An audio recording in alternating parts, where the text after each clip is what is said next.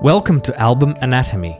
In this episode, I will give you a quick look at Fear Factory's first EP called Fear is the Mindkiller.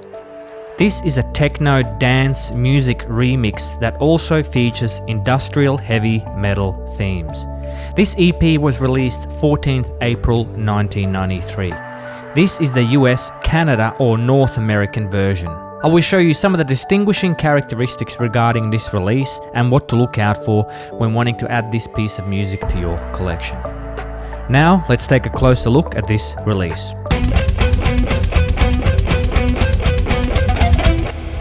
Throughout this section, should you wish to do so, you can hit pause to take a closer look. This release comes in a standard jewel case with a black tray. It features a 2-panel booklet. Here is the front and rear. And here is the inside of the booklet. This is the back of the back insert.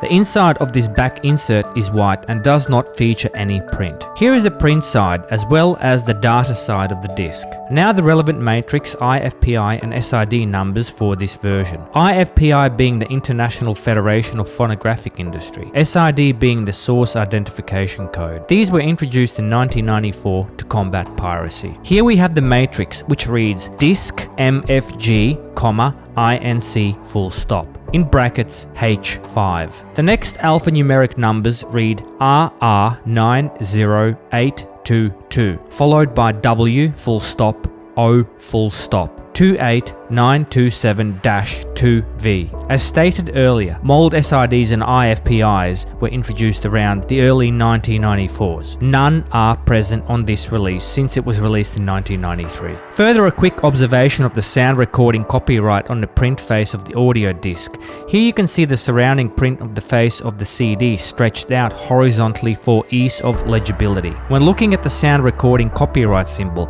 we can see that it is crooked when compared to the rest of the letters surrounding it. This is common to see on some of the 90s versions of this EP. I wanted to see if I could gather any information as to where this disc was pressed. So using the available matrix and the label code RR90822, which is Roadrunner Records, takes me to the United States, particularly to an optical disc manufacturing plant called Disc Manufacturing Inc. The H in the matrix suggests the Huntsville, Alabama pressing plant as a location for this disc's manufacture. In 1990, Disctronics Manufacturing Inc. changed its name to Disc Manufacturing Inc. due to financial reasons, and so between 1990 and 1997, this plant was known as Disc Manufacturing Inc., as seen previously in the matrix as Disc MFG INC. Now I will show you the jewel case and its identifying features. Here is the case open. I am unsure that this is the original case this album came in. More information is needed to substantiate the original case numbers. Here are the key areas where the identifying marks are found. On the lid, it reads M022D. On the black tray, it shows the two CDDA symbols, as well as on the underside of the tray, it reads Patents Pending M50TI. On the back of the case, it reads M022A. Time to have a look at some numbers and waveforms. This is the entire EP in a waveform, and this is a spectrogram analysis of the entire EP.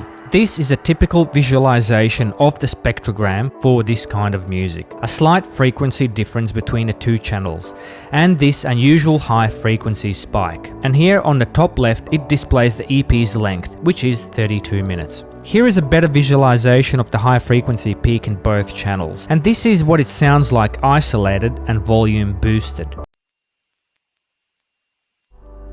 This high frequency appears to be between 15.6 to 15.7 Hz. It appears to only be in first 5 of the 6 tracks. In future, I wish to compare other releases to see if this high frequency was later corrected. This is the waveform statistic measurement of the entire EP with both left and right channels analyzed separately. And finally, the size of this release, 344,840,832 bytes. That is it for now. I hope this has been helpful. More to follow.